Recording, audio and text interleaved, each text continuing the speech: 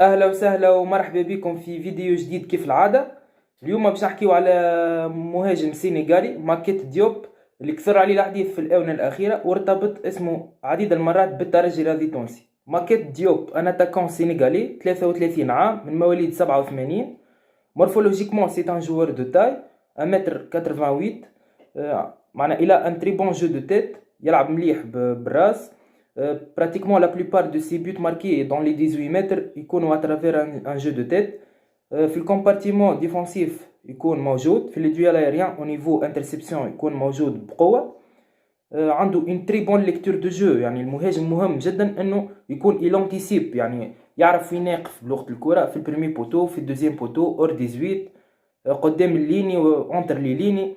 aussi il joue au mouvement pour libérer les espaces, pour créer les espaces، aussi pour débloquer ses coéquipiers. ولهنا نحكيو سورتو لما يكون عندك دي جوار دو كولوار، معناها دي جوار تكنيك، دي جوار دو بيركسيون سور لو فرون دروا والا في الفرون غوش، لابد ان يكون عندك مهاجم بقيمه وبخصال ماكيت ديوب.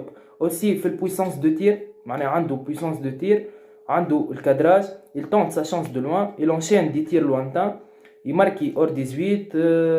c'est un joueur بوليفالون، يعني يلعب في لي 18 متر، يكون ماهوش امباركي معناها دون لي 18 متر سولمون. طبعا هذا فنيا، لكن نعرفوا ان المهاجم ارقام، المهاجم يعيش بالاهداف. الملاعبي هذايا ملعب كان 12 مباراة منهم 7 كاساسي، سجل هدفين مع زوز تمريرات حاسمة.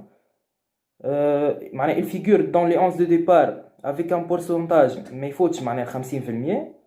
وحتى الهدفين اللي سجلهم كان كونتر ابها اللي هو 9 في التابلو، والقادسية اللي هو 10 في التابلو، يعني فريقين متوسطين الحقيقة في المباريات الكبيرة. والشباب يعني فريق كبير في الدوري السعودي، في التوب فور في السعودية.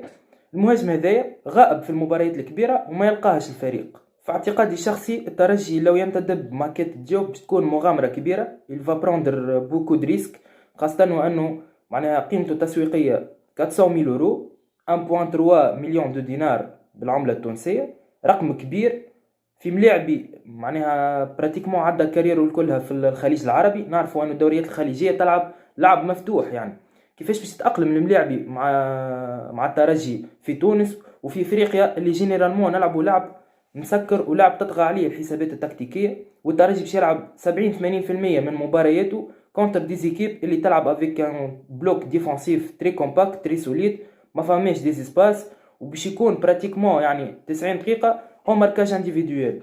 هذه هي المغامرة اللي نحكيو عليها، هل انه الملاعبي il va s'adapter avec ce style de jeu والا لا. كانت هذه لمحة على المهاجم السنغالي ماكيت ديوب المرشح بقوة للانضمام للترجي الرياضي التونسي في الميركاتو الشتوي الحالي. في الختام ما بقى لي كنقول لكم تحياتي انا محمد العيادي، وشكرا على حسن المتابعة والاهتمام. نتقابلوا في مواعيد رياضية لاحقة بحول الله تعالى.